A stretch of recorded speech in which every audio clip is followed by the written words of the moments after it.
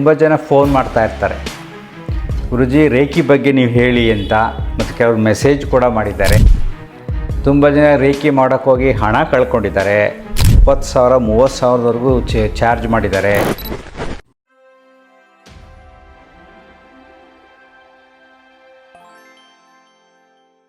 Madam ಅವರು correct ಆಗಿ ಅಂದ್ರು ಸರ್ 9 days ಅಲ್ಲಿ ಇರಲ್ಲ ಅಂತ. ನಾನ್ ಬೇಕಿದ್ರೆ ಅದು ವಾಯ್ಸ್ ರೆಕಾರ್ಡಿಂಗ್ ಕಳಿಸ್ತೀನಿ ಬೇಕಿದ್ರೆ.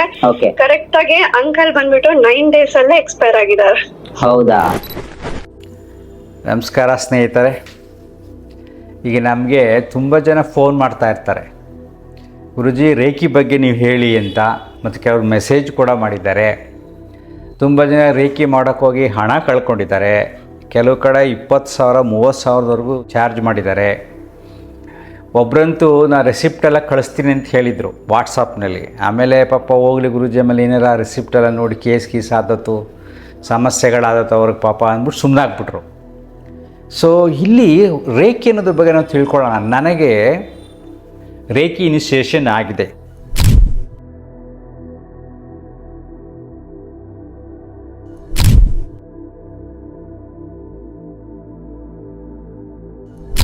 ದೀಕ್ಷೆ ಅಂದರೆ ಏನಿಲ್ಲ, ರೇಖೆನ ಹೇಳ್ಕೊಡೋದು, ಈ ಥರ ಮಾಡಿ ಈ ಥರ ಮಾಡಿ ಅಂತ ಹೇಳ್ಕೊಡೋದನ್ನ ದೀಕ್ಷೆ ಅಂತ ಕರೀತಾರೆ. ಯಾರು ಗೊತ್ತಾ, ನಮ್ಮ ಬಾಂಬೆಯಿಂದ ಬರ್ತಾರೆ ತುಂಬ ಗ್ರ್ಯಾಂಡ್ ಮಾಸ್ಟರ್ಸು. ರವಿಶಂಕರ್ ಆಶ್ರಮದಲ್ಲಿದ್ದಾಗ ಆರ್ಟ್ ಆಫ್ ಲಿವಿಂಗ್ ಕಲಿಯೋಕ್ಕೆ ರೇಖಿ ಮಾಸ್ಟರ್ಗಳು ಬರ್ತಾಯಿದ್ರು. ಅವರಿಗೆ ನಾನು ಪ್ರಾಣಾಯಾಮ, ಧ್ಯಾನ, ಸುದರ್ಶನ ಕ್ರಿಯೆಯನ್ನು ಹೇಳ್ಕೊಡ್ತಾ ಇದ್ದೆ. ಆಗ ನನಗೂ ಕ್ಯೂರಿಯಾಸಿಟಿ ಬಂದು ನಾನು ಕೂಡ ಅವ್ರ ಹತ್ರ ರೇಖಿ ದೀಕ್ಷೆಯನ್ನು ತೊಗೊಂಡಿದ್ದೆ. ಅದ್ರಲ್ಲಿ ಬರುತ್ತೆ stage 1, stage 2, grand master, different ಸ್ಟೇಜ್ಗಳಿದೆ, 3, ಆಮೇಲೆ ಟ್ರೈನಿಂಗ್ ಇದೆ. ಆಗ ಅವರೆಲ್ಲ ಕೆಲವರು ಏನು ಮಾಡ್ತಾಯಿದ್ರು ಗೊತ್ತಾ, ಅಲ್ಲಿಂದ ಬಾಂಬೆಯಿಂದ ಬಂದು ತುಂಬ ಪಾಪ್ಯುಲರ್ ಆಗಿತ್ತು. ಬಾಂಬೆಯಿಂದ ಬಂದು ಇಲ್ಲಿ ಆರ್ಟ್ ಆಫ್ ಲಿವಿಂಗ್ ಕೋರ್ಸ್ ಮಾಡಿ, ಅಡ್ವಾನ್ಸ್ ಕೋರ್ಸ್ ಮಾಡಿ, ಕೆಲವರು ರೇಖಿ ಗ್ರ್ಯಾಂಡ್ ಮಾಸ್ಟರ್ಗಳು ಆರ್ಟ್ ಆಫ್ ಲಿವಿಂಗ್ ಟೀಚರ್ ಕೂಡ ಆಗಿದ್ದರು. ಸೊ ಇದ್ರ ಬಗ್ಗೆ ನಂಗೆ ತುಂಬ ಡೀಟೇಲ್ಸಾಗಿ ಗೊತ್ತು. ಇದು ಒಂದು ಸಿಂಪಲ್ ಟೆಕ್ನಿಕ್ಕು. ಅವ್ರು ಏನು ಹೇಳಿ, ಕಾಸ್ಮಿಕ್ ಎನರ್ಜಿನ ಈ ದೇಹದ ಮುಖಾಂತರವಾಗಿ ನಾವು ದೇಹಕ್ಕೆ ಕೊಡೋದು, ನಮ್ಮ ದೇಹಕ್ಕೆ ಕೊಡೋದು ಅಥವಾ ಬೇರೆಯವ್ರ ದೇಹಕ್ಕೆ ಕೊಡೋದು. ಇದು ಟೆಕ್ನಿಕ್ಕು, ವೆರಿ ಸಿಂಪಲ್. ಏನು ಮಾಡ್ತೀವಿ, ರೇಖಿನಲ್ಲಿ ಟೆಕ್ನಿಕ್ ಹೇಳ್ಕೊಡ್ತಾರೆ. ಕೈಗಳನ್ನ ಇಟ್ಕೊತೀವಿ, ಈಗ ಚಕ್ರಗಳ ಮೇಲೆ ಕೈ ಇಟ್ಕೊಂಡು ನಮ್ಮ ಕೈಯಿನ ಮುಖಾಂತರ ಎನರ್ಜಿ ಹೋಗುತ್ತೆ. ಆಮೇಲೆ ಈಗ ಇಟ್ಕೊತೀವಿ, ಆಮೇಲೆ ಈಗ ಇಟ್ಕೊತೀವಿ, ಈಗ ಬೇರೆ ಬೇರೆ ಪಾರ್ಟ್ ಮೇಲೆ ಇಟ್ಕೊಂಡು ಹೋಗ್ತಾ ಆಗ್ತೀವಿ. ಸೊ ಅದನ್ನು ಮಾಡೋಕ್ಕೆ ಅಟ್ಲೀಸ್ಟ್ ಟೇಕ್ಸ್ ಅಬೌಟ್ 1 hour ಆಗುತ್ತೆ. ಒಂದ್ಸಲ ಸಿಟ್ಟಿಂಗ್ ಕೂತ್ರೆ ನೀವು ಎಷ್ಟು ಸಮಯ ತಗೊಂತೀರಿ? ಅರ್ಧ ಗಂಟೆ, 1.5 hour ತಗೊಂತೀವಿ. ಈಗ ಮೊನ್ನೆ ಯಾರೊಬ್ರು ವಿಡಿಯೋ ಕಳಿಸಿದ್ರು, ಗುರುಜಿ ವಿಡಿಯೋ ನೋಡಿ ಅಂತ. ಅದರಲ್ಲಿ ಅವ್ರು ಹೇಳ್ತಾರೆ 1.5 ಗಂಟೆ, ಬೆಳಿಗ್ಗೆ 1.5 ಗಂಟೆ ಪ್ರಾಕ್ಟೀಸ್ ಮಾಡ್ತಾರೆ, ಸಂಜೆ 1.5 ಗಂಟೆ ಪ್ರಾಕ್ಟೀಸ್ ಮಾಡ್ತಾರೆ. ಎಷ್ಟಾಯಿತು? 1.5 ಗಂಟೆ ನೀನು ಮಲ್ಕೊಂಡು ಕೈ ಇಟ್ಕೊಂಡು ಉಸಿರಾಟದ ಕಡೆ, ಆ ಎನರ್ಜಿ ಕಡೆ ಬರ್ತಾ ಇದೆ ಅಂತ ಕಲ್ಪನೆ ಮಾಡ್ಕೊಂಡು ಹಾಗೇ ರಿಲ್ಯಾಕ್ಸ್ ಮಾಡಿದ್ರೆ ಎಷ್ಟೊಂದು ರಿಲ್ಯಾಕ್ಸೇಷನ್ ಆಗುತ್ತೆ. It's A beautiful meditation. ಅದೇನು ರಿಸಲ್ಟ್ ಸಿಗುತ್ತೋ, ಅರ್ಧ ಗಂಟೆ ಪ್ರತಿದಿನ ನೀವು ಧ್ಯಾನ ಮಾಡೋದು ಸಾಕು. ಧ್ಯಾನ ಕಲ್ತ್ಕೊಂಡು ಅಭ್ಯಾಸ ಮಾಡಿದ್ರೆ ಅದಕ್ಕಿಂತ ಜಾಸ್ತಿ ರಿಸಲ್ಟ್ ಬರುತ್ತೆ. ಅದಾದಮೇಲೆ ಏನು ಮಾಡ್ತಾರೆ, ಸ್ಟೇಜ್ 2ನಲ್ಲಿ ಕೆಲವು ಸಿಂಬಲ್ಸ್ ಇರ್ತವೆ, ಅದೇನೋ ಬರೆಯೋದೆಲ್ಲ ಇರುತ್ತೆ. ಆ್ಯಕ್ಚುಲಿ ಆ ಸಿಂಬಲ್ಸ್ ನಾನು ಮರ್ತೋಗಿದ್ದೀನಿ.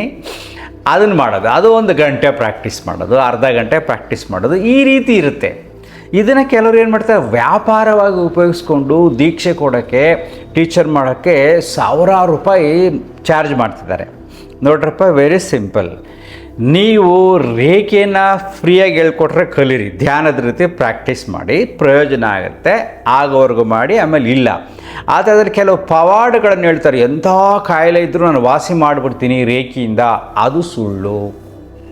ಹೇಗೆ? ಉದಾಹರಣೆಗೆ ಡಿಸ್ಟೆನ್ಸ್ ಹೀಲಿಂಗ್ ಅಂತ ಮಾಡ್ತಾರೆ ಅವರು. ರೇಖಿನಲ್ಲಿ ಕೆಲವು ಫೋಟೋ ಕೊಟ್ಟರೆ ಸಾಕು, ಆ ಫೋಟೋಗೆ ಶಕ್ತಿಯನ್ನು ಕೊಟ್ಟು ಗ್ರೂಪ್ ಹೀಲಿಂಗ್ ಅಂತ ಮಾಡ್ತಾರೆ. ಗ್ರೂಪೇ ಕೂರಿಸಿ ಆಗ ಎಲ್ಲರೂ ಸೇರಿಕೊಂಡು ಹಿಂಗೆ ಎನರ್ಜಿ ಕೊಡ್ತಾರೆ. ಸೊ ಏನೇನೆಲ್ಲ ಕಿಮಿಕಲ್ ಮಾಡ್ತಾರೆ. ಆ ಥರ ಇದ್ದಿದ್ರೆ ಕಿದ್ವಾಯ ಆಸ್ಪತ್ರೆ ಇದೆಯಪ್ಪ, ಕ್ಯಾನ್ಸರ್ ಪೇಷಂಟ್ಸು ಸಾವಿರಾರು ಜನ ಇದ್ದಾರೆ, ಏನು ಗಿಜಿ ಅನ್ನುತ್ತೆ. ನೀವೆಲ್ಲ ರೇಖಿ ಗ್ರ್ಯಾಂಡ್ ಮಾಸ್ಟರ್ಗಳು ಒಂದು 20 ಜನ 30 ಜನ ಕುಳಿತುಕೊಂಡು ಹಿಂಗೆ ಮೇಲಿಂದ ಎನರ್ಜಿ ಕಳಿಸ್ಬಿಟ್ಟು ಎಲ್ಲ ವಾಸ ಮಾಡಿ. ಅದು ಬೇಡ, ತುಂಬ ಸ್ಟ್ರಾಂಗ್ ಕಾಯಿಲೆ ಅಂತ ಇಟ್ಕೊಬಿಡಿ. ಇನ್ನು ಇಲ್ಲೋಗಿ ಯಾವುದು ನಮ್ಮ ವಿಕ್ಟೋರಿಯಾ ಆಸ್ಪತ್ರೆಗೆ ಹೋಗಿ, ಏನು ಬಡವ್ರು ತುಂಬಿಕೊಂಡಿದ್ದಾರೆ, ಅಲ್ಲಿ ಹೋಗಿ ನೀವು ಆಸ್ಪತ್ರೆಗೆ ಹೋಗೋದೇ ಬೇಡ, ನಿಮ್ಗೆ ಇಲ್ಲೇ ದೂರದಿಂದ ಎನರ್ಜಿ ಕಳಿಸ್ತಿರಲ್ಲ, ಅವ್ರಿಗೆ ಅನೌನ್ಸ್ ಮಾಡ್ಬಿಟ್ಟು ನಾವೆಲ್ಲ ರೇಖಿ ಗ್ರ್ಯಾಂಡ್ ಮಾಸ್ಟರ್ಸು ವಿಕ್ಟೋರಿಯಾ ಆಸ್ಪತ್ರೆಗೆ ಎನರ್ಜಿ ಕಳಿಸ್ತಾ ಇದ್ದೀವಿ, ಎಲ್ಲರಿಗೂ ಕಾಯಿಲೆ 10 ದಿನದಲ್ಲಿ ವಾಸಿ ಆಗುತ್ತೆ ಅಂತ ಹೇಳಿ ಟಿ ವಿನಲ್ಲಿ ಬಂದು ಹೇಳ್ಬಿಟ್ಟು ಎಲ್ಲ ಎನರ್ಜಿ ಕಳಿಸ್ಬಿಡಿ. ಅಲ್ವಾ? ಎಷ್ಟು ಬಡರ ಜನ ಇದ್ದಾರೆ. ಒಬ್ರು ಯಾರೋ ಗ್ರ್ಯಾಂಡ್ ಮಾಸ್ಟರ್ ಹೇಳ್ತಾರೆ, ನಾನು ರೇಖೆ ಹೇಳ್ಕೊಡೋಕ್ಕೆ ಬೆಂಗಳೂರಿಂದ ಮೈಸೂರಿಂದ ಬೆಳಗ್ಗೆ 4:15 ಬರ್ತೀನಿ ಅಂತ. ಅಯ್ಯೋ, KR ಆಸ್ಪತ್ರೆಗೆ ಹೋಗಮ್ಮ. ಮೈಸೂರಲ್ಲಿ KR ಆಸ್ಪತ್ರೆಯಲ್ಲಿ ಏನು ತುಂಬಿರ್ತಾರೆ ಬಡವರು, ಗಿಜಿ ಅಂತಿರ್ತಾರೆ. ಜನರಲ್ ವಾರ್ಡ್ಗಳಿಗೆ ಹೋಗಿ ನೋಡಿ ಕಥೆನ. ಅವ್ರಿಗೆಲ್ಲ ನೀವು ಕಳಿಸ್ಬಿಡಿ ಅಲ್ಲೇನೆ, ಲೈನಾಗಿ ಕೂರಿಸ್ಕೊಂಡು. ನೀವು ಗ್ರ್ಯಾಂಡ್ ಮಾಸ್ಟರ್ ಅಲ್ವಾ, ಬೇಕಾಷ್ಟು ಚಕ್ರಗಳನ್ನು ಆ್ಯಕ್ಟಿವ್ ಮಾಡಿ ಜಾಸ್ತಿ ಎನರ್ಜಿನ ಬಿಟ್ಟು ವಾಸಿ ಮಾಡಿ ನೋಡೋಣ. ಇಲ್ಲ, ಇವೆಲ್ಲ ಸುಳ್ಳುಗಳು. It's simple tech. Because of ಗಂಟೆಲೆ ನಾವು ಮಲ್ಕೊಂಡು ರಿಲ್ಯಾಕ್ಸ್ ಮಾಡಿದಾಗ ನ್ಯಾಚುರಲಾಗೆ ರಿಲ್ಯಾಕ್ಸ್ ಆಗ್ತಾ ಇರುತ್ತೆ. ನೆಕ್ಸ್ಟ್ ನೋಡಿ, ತುಂಬ ಇಸ್ ವೆರಿ ವೆರಿ ಇಂಪಾರ್ಟೆಂಟು. ಯಾವುದೇ ರೀತಿಯಾದ ಎನರ್ಜಿಯನ್ನು ಮನುಷ್ಯ ಸುಮ್ಮನೆ ಸ್ಪೇಸ್ ತನ್ನ ದೇಹದಿಂದ ಕಳ್ಸೋಕ್ಕೆ ಆಗಲ್ಲ. ಹಿಂಗೆ ಅಂದ್ಕೊಂಡು ಇಲ್ಲಿಂದ ಶಕ್ತಿ, ಈಗ ದೊಡ್ಡ ದೊಡ್ಡ ಗುರುಗಳು ಹಿಂಗೆ ಅಂತಾರಲ್ಲ, ಆಶೀರ್ವಾದ ಏನೂ ಬರೋಲ್ಲ ಕೈಯಿಂದ, ಒಂದು ಫೀಲಿಂಗ್ ಅಷ್ಟೇ. ನಮಸ್ಕಾರ ಅಂತೀವಲ್ಲ, ಅದೊಂದು ಭಾವನೆ. ಪಾದಕ್ಕೆ ನಮಸ್ಕಾರ ಮಾಡ್ತೀವಿ, ಅದೊಂದು ಭಾವನೆ. ಯಾವುದೇ ಎನರ್ಜಿ ಲೈಕ್ ಸನ್, ಈಗ ಸೂರ್ಯನಿಂದ ಬೆಳಕು ಬರುತ್ತೆ, ಅದು ತೀಕ್ಷ್ಣತೆ ಜಾಸ್ತಿ ಆಗಿ ಅದು ಬಿಸಿ ಇರುತ್ತೆ ಅಲ್ವಾ? ಸೊ ಆ ರೀತಿ ಬೆಳಕು ಬರುವುದಿಲ್ಲ. ಬೆಳಕು ಯಾರಿಂದನೂ ಬರೋದಿಲ್ಲ, ಶಕ್ತಿ ಯಾರಿಂದನೂ ಹೊರಗಡೆ ಬರೋದಿಲ್ಲ. ಮುಟ್ಟಿದಾಗ, ನಮ್ಮ ದೇಹ ಮುಟ್ಟಿದಾಗ ಸ್ಪರ್ಶದ ಅನುಭವ ಆಗುತ್ತೆ. ಅವರ ದೇಹದ ಟೆಂಪ್ರೇಚರ್ ಮೇಲೆ, ಪ್ರೀತಿಯ ಮೇಲೆ ಹಿತಾನುಭವ ಆಗುತ್ತೆ. ಸ್ಪರ್ಶದಿಂದ ನಮಗೆ ಅನುಭವ ಆಗುತ್ತೆ. ಮತ್ತು ಜೊತೆಯಲ್ಲಿ ಕುಳಿತುಕೊಂಡು ಮಾತಾಡೋದ್ರಿಂದ ಭಾವಗಳ ಸ್ಪರ್ಶ, ಮನಸ್ಸಿನ ಸ್ಪರ್ಶ, ಚಿಂತನೆಯ ಸ್ಪರ್ಶದಿಂದ ನಮಗೆ ಫೀಲ್ ಆಗುತ್ತೆ. ಈಗ ನಾವು ಎದುರುಗಡೆ ಕೂತ್ಕೊಂಡು ನಗ್ನಗ್ತಾ ಮಾತಾಡ್ತಾರೆ, ಯಾರು ಮುಖ ನೋಡ್ತೀವಿ, ಖುಷಿಯಾಗಿ ಮಾತಾಡ್ತಾರೆ, ನಮಗೆ ಖುಷಿ ಆಗಲ್ವಾ? ನಮ್ಮನ್ನು ಯಾರೋ ಹೊಗಳ್ತಾರೆ, ನಮಗೆ ಖುಷಿಯಾಗಲ್ವಾ? ಪ್ರೀತಿಯಿಂದ ಮಾತಾಡಿಸ್ತಾರೆ, ನಮಗೆ ಖುಷಿಯಾಗಲ್ವಾ? ಸಂತೋಷವಾಗಿ ಚೆನ್ನಾಗಿರಿ ಅಂತ ಹೇಳ್ತಾರೆ, ಖುಷಿಯಾಗಲ್ವಾ? ಈ ರೀತಿಯಾಗಿ ಎದುರುಗಡೆ ಆಗತಕ್ಕಂಥ ಭಾವಗಳಲ್ಲಿ ವ್ಯತ್ಯಾಸಗಳಾಗಿ ಅದರ ಸುಖಾನುಭವ ಆಗುತ್ತೆ ಹೊರತು ಸುಮ್ಮನೆ ಎಲ್ಲೋ ಕುಳಿತುಕೊಂಡು ಎನರ್ಜಿ ಕಳಿಸ್ಬಿಡೋದಲ್ಲ. ಕೆಲವು ತುಂಬ ಸೀರಿಯಸ್ ಆಗಿಬಿಟ್ಟಿರ್ತಾರೆ, ರೇಖಿ ಮಾಡಿ ಸರಿ ಹೋಗುತ್ತೆ, ಇದು ಸುಳ್ಳು.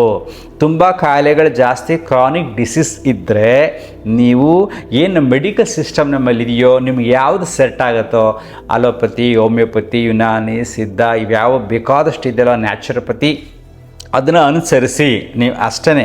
ಸೊ ಏನೇ ನೀವು ಮಾಡಿ ಪ್ರಕೃತಿ ವಿರುದ್ಧವಾಗಿ ಹೋಗೋಕ್ಕಾಗೋದಿಲ್ಲ. ಆ ಕಾಯಿಲೆಗಳು ಹೇಗೆ ಬಂದಿರುತ್ತೆ? ಪ್ರಕೃತಿ ದತ್ತವಾಗಿ ನನ್ನ ದೇಹದಲ್ಲಿ ಆಗತಕ್ಕಂಥ ಬದಲಾವಣೆ, ನಮ್ಮ ಹೆರಿಡಿಟಿ, ಈ ಎಲ್ಲ ವ್ಯತ್ಯಾಸಗಳಿಂದ ನಮಗೆ ಕಾಯಿಲೆಗಳು ಬಂದಿರ್ತವೆ. ಆ ಕಾಯಿಲೆಗಳು ಹೋಗಲಾಡಿಸ್ಕೊಳ್ಳೋಕ್ಕೆ ಪ್ರಕೃತಿ ಸಿಗತಕ್ಕಂಥ ಔಷಧಿಗಳನ್ನು ತೊಗೊಂಡು ನಾವು ಹೋಗಲಾಡಿಸ್ಕೋಬೇಕೇ ಹೊರತು ಯಾವುದೋ ಒಂದು ಅತೀಂದ್ರಿಯ ಶಕ್ತಿ ನಮ್ಮನ್ನು ವಾಸಿ ಮಾಡ್ತಕ್ಕಂಥ ಸುಳ್ಳು. ಇನ್ನು ಕೆಲವರು ರೇಖಿ ಮಾಡೋರಿಗೆ ಏನಾಗುತ್ತೆ, ಕೆಲವರಿಗೆ ತುಂಬ ಸ್ಟ್ರೆಸ್ ಇರುತ್ತೆ, ವರ್ಕ್ ಸ್ಟ್ರೆಸ್ ಇರುತ್ತೆ. ಅಂಥ ಸ್ಟ್ರೆಸ್ ಇರೋ ಜನಗಳಿಗೆ ಅದು ರಿಲ್ಯಾಕ್ಸ್ ಆಗುತ್ತೆ. ರಿಲ್ಯಾಕ್ಸ್ ಆದಾಗ ಸಹಜವಾಗಿ ಸಣ್ಣ ಪುಟ್ಟ ತಲೆನೋವು, ಬೇರೆ ಬೇರೆ ಒತ್ತಡದಿಂದ ಬರತಕ್ಕಂತಹ ಕಾಯಿಲೆಗಳ ಮೇಲೆ ಹಿಡಿತ ಬರುತ್ತೆ. ಬಿಕಾಸ್ ಯು ಡೂಯಿಂಗ್ 1 hour, ಬೆಳಿಗ್ಗೆ 1 ಗಂಟೆ, ಸಂಜೆ 1 ಗಂಟೆ ಅದ್ಭುತವಾದ ಧ್ಯಾನ ಮಾಡ್ದಂಗೆ ಆಯಿತು.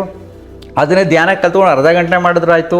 ಉಚಿತವಾಗಿ ರೇಖೆ ಹೇಳ್ಕೊಟ್ರೆ ಕಲ್ತ್ಕೊಳ್ಳಿ, ಪ್ರಾಕ್ಟೀಸ್ ಮಾಡಿ, ನೋ ಪ್ರಾಬ್ಲಮ್. ಬಿಕಾಸ್ ರಿಲ್ಯಾಕ್ಸೇಷನ್, ಮಲ್ಕೊಂಡಿರ್ತೀವಿ ಆರಾಮಾಗೆ. ಈ ಒತ್ತಡದಿಂದ ಬರತಕ್ಕಂಥ ಕಾಯಿಲೆಗಳು ಕಡಿಮೆ ಬರುತ್ತೆ. ಇನ್ನೊಂದು ಆ ವಿಡಿಯೋದಲ್ಲಿ ಹೇಳಿದ್ದಾರೆ, ಅದೊಂದು ಇದು ಸಿಕ್ಕರೆ ಕ್ಲಿಪ್ಪಿಂಗ್ ಹಾಕ್ತೀನಿ. ಅದ್ರಲ್ಲಿ ಹೆಂಗೆ ಹೇಳಿದ್ದಾರೆ ಗೊತ್ತಾ, ಅವ್ರಿಗೆ ಯಾರೋ ಒಬ್ರು ತುಂಬ ಪ್ರಾಬ್ಲಮ್ ಆಗಿತ್ತಂತೆ, ಡೈವರ್ಸ್ ತೊಗೋಬೇಕು ಅನಿಸ್ತಿತ್ತಂತೆ, ರೇಖಿ ಮಾಡೋದಂತೆ, ಡೈವರ್ಸ್ ಕೊಡ್ಸೋಕ್ಕೆ ರೇಖಿ ನೋಡಿ, ಡೈವರ್ಸ್ ಕೊಡ್ಸೋಕ್ಕೆ ರೇಖಿ ಮಾಡಿದ್ರಂತೆ.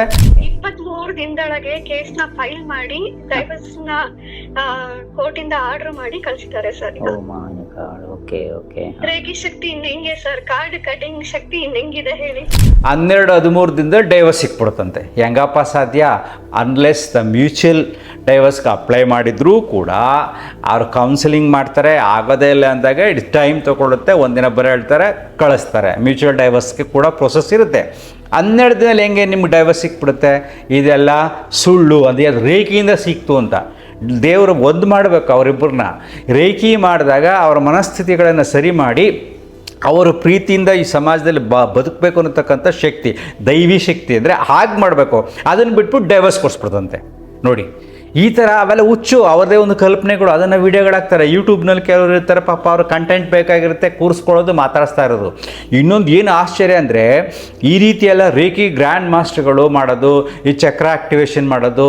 ಇನ್ನೊಬ್ಬೊಬ್ಬರು ಲೇಡಿ ಹೇಳ್ತಾ ಇರೋದು, ದರ್ಶನ್ ಕಪ್ಪು ಬಟ್ಟೆ ಹಾಕ್ಕೊಂಡಿದ್ದ, ಕಪ್ಪು ವಿಗ್ ಹಾಕ್ಕೊಂಡಿದ್ದ, ಅದು ಸಿನಿಮಾದಲ್ಲಿ ಏನೋ ಮಾಡಿದ್ದ, ಅದಕ್ಕೋಸ್ಕರ ಅವ್ನು ಜೈಲಿಗೆ ಹೋದ ಅಂತ. ಅದನ್ನ ನಾನು ವೀಡಿಯೋನ ನೋಡಿದ್ದೀನಿ ನಾನು. ಸೊ ಆ ರೀತಿಯಾಗಿ ನೀವು ಕಪ್ಪಟ್ಟೆ ಹಾಕೊಳ್ಳೋರೆಲ್ಲ ಜೈಲಿಗೆ ಹೋಗಂಗಿದ್ದಿದ್ರೆ ಅಯ್ಯಪ್ಪ ಸ್ವಾಮಿಗೆ ಹೋಗೋ ಭಕ್ತರೆಲ್ಲ ಜೈಲಿಗೆ ಹೋಗ್ಬೇಕಾಗಿತ್ತು. ಅಯ್ಯಪ್ಪ ಸ್ವಾಮಿ ಭಕ್ತರುಗಳು 1, 2, 3 ಅಲ್ಲ, ಸಾವಿರಾರು ಜನ, ಲಕ್ಷಾಂತರ ಜನ ಕಪ್ಪಟ್ಟೆ ಹಾಕೊತಾರೆ. ಆ ಕಪ್ಪು ಬಣ್ಣದಿಂದ ಈ ದರ್ಶನಿಗೆ ಸಮಸ್ಯೆಯಾಗಿದೆ ಅಂತ ಅಯ್ಯಮ್ಮ ಹೇಳಿದರು. ಆಯಮ್ಮ ದೊಡ್ಡದು ಏನಿಲ್ಲ, ಸರಗಳೆಲ್ಲ ಹಾಕ್ಕೊಂಡು ಏನೋ ಅಲಂಕಾರ ಮಾಡ್ಕೊಂಡು ದೊಡ್ಡ ಮಹಾ ಸಾಧಕಿ ಅಥವಾ ಅತೀಂದ್ರಿಯ ಶಕ್ತಿ ಉಳ್ಳವಳು ಅಂತ ಏನೇನೋ ಮಾಡ್ತಾರೆ. ನಾಟಕ, ಹೆಂಗಸ್ರುಗಳ ನಾಟಕ ಜಾಸ್ತಿ ಆಗ್ಬಿಟ್ಟಿದೆ ಇವಾಗ. ಯಾಕೆಂದರೆ ಎಲ್ಲ ಹೀಗೆಲ್ಲ ಮಾಡ್ಕೊಂಡು ಹಣ ಮಾಡೋದು ದಂಧೆ ಮಾಡ್ಕೊಂಡ್ಬಿಟ್ಟಿದ್ದಾರೆ. ಏನೇನೋ ನಾನೆಲ್ಲ ಮಾಡ್ತೀನಿ, ಕುಂಡಲಿನಿ ಆ್ಯಕ್ಟಿವ್ ಮಾಡ್ತೀನಿ, ಚಕ್ರ ಆ್ಯಕ್ಟಿವ್ ಮಾಡ್ತೀನಿ, ರೇಖಿ ಗ್ರ್ಯಾಂಡ್ ಮಾಸ್ಟರ್ ಅಂತ ಎಲ್ಲ ಹಣ ಮಾಡೋ ದಂಧೆ ಇಳ್ಕೊಂಡ್ಬಿಟ್ಟಿದ್ದಾರೆ. ಯಾಕೆ ತುಂಬ ವೀಡಿಯೋಗಳು ಯೂಟ್ಯೂಬ್ನಲ್ಲಿ ಬರ್ತಾ ಇರುತ್ತೆ. ಸೊ ನಾನು ಹೇಳೋದು ತುಂಬ ಸರಳ, ಯಾವುದೇ ರೀತಿಯಾದ ಅತೀಂದ್ರಿಯ ಶಕ್ತಿ ಇಲ್ಲ. ದ ಕಾಸ್ಮಿಕ್ ಎನರ್ಜಿ ನಾವು ಒಳಗಡೆಯಿಂದ ಹಿಂಗೆ ಚಾನಲೈಸ್ ಮಾಡಿಬಿಟ್ಟು ನಿಮ್ಗೆ ಬಿಟ್ಬಿಡ್ತೀವಿ, ಅದಿಲ್ಲ. ಯಾಕೆಂದರೆ ನಾನು 30 ವರ್ಷಗಳ ಹಿಂದೆನೇ ಇದನ್ನು ನಾನು ನೋಡಿದ್ದೀನಿ, ಇದನ್ನು ನಾನು ಕೂಡ ಪ್ರಾಕ್ಟೀಸ್ ಮಾಡಿದ್ದೀನಿ. ಆವಾಗ ತುಂಬ ಸಡನ್ನಾಗಿ ಜಾಸ್ತಿ ಆಗಿತ್ತು, ಆಮೇಲೆ ಫುಲ್ ಸ್ಟಾಪ್ ಆಯಿತು. ಈಗ ಪುನಃ ಶುರು ಆಗಿದೆ ಬಿಕಾಸ್ ಆಫ್ ಸೋಷಿಯಲ್ ಮೀಡಿಯಾ. ಈ ಸೋಷಿಯಲ್ ಮೀಡಿಯಾದಿಂದ ಏನು ಬರ್ತಾ ಇದೆ ಅಲ್ವಾ, ಅದನ್ನೇ ಪುನಃ ಸ್ಟಾರ್ಟ್ ಆಗಿದೆ. ಪಾಪ ದುರ್ಬಲ ಮನಸ್ಸಿನ ಸ್ಥಿತಿಯಲ್ಲಿ ಹೆಣ್ಮಕ್ಳು ಇರ್ತಾರೆ, ಕೆಲವರು ಗಂಡಸರು ಕೂಡ ಇರ್ತಾರೆ. ಅವ್ರೇನು ಮಾಡ್ತಾರೆ, ಅಯ್ಯೋ ವಾಸಿ ಆಗಿಬಿಡುತ್ತೆ ಅಂದ್ಬಿಟ್ಟು ಸಡನ್ನಾಗಿ ಫೋನ್ ಮಾಡ್ತಾರೆ.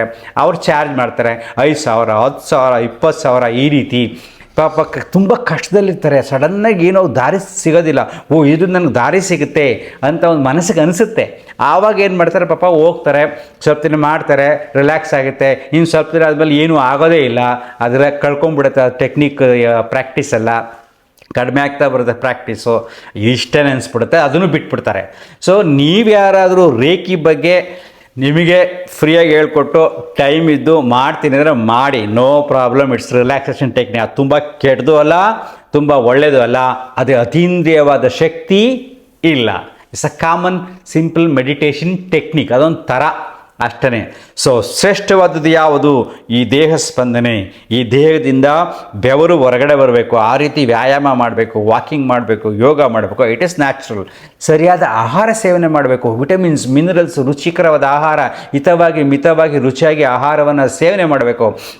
ಆ ಸೇವಿಸಿದಂಥ ಆಹಾರವನ್ನು ನಾವು ಕರಗಿಸಿ ನೆಮ್ಮದಿಯಾಗಿ ನಿದ್ರೆ ಮಾಡಬೇಕು. ವಾಸ್ತವ ಸತ್ಯವನ್ನು, ಪ್ರಕೃತಿಯನ್ನು ಅಪ್ಕೋಬೇಕು, ಪ್ರಕೃತಿಯ ಜೊತೆ ಬದುಕೋದನ್ನು ಕಲಿಬೇಕು. ಇದೇ ಸಹಜ ಜೀವನ. ಸೊ ನಾನು ಯಾವಾಗಲೂ ಹೇಳ್ತಾ ಇರ್ತೀನಿ, ಬರೋದೆಲ್ಲ ಬರಲಿ, ಹೋಗೋದೆಲ್ಲ ಹೋಗಲಿ, ಸಮಸ್ಯೆ ಸಹಜ, ಸ್ವೀಕರಿಸಿ, ಹಿತವಾಗಿ ಮಿತವಾಗಿ ರುಚಿಯಾಗಿ ತಿಂದು ಕರಗಿಸಿ ನೆಮ್ಮದಿಯಿಂದ ನಿದ್ರೆ ಮಾಡಿ. ಅಂತರ್ಮುಖಿ ಸದಾ ಸುಖಿ. Thank you.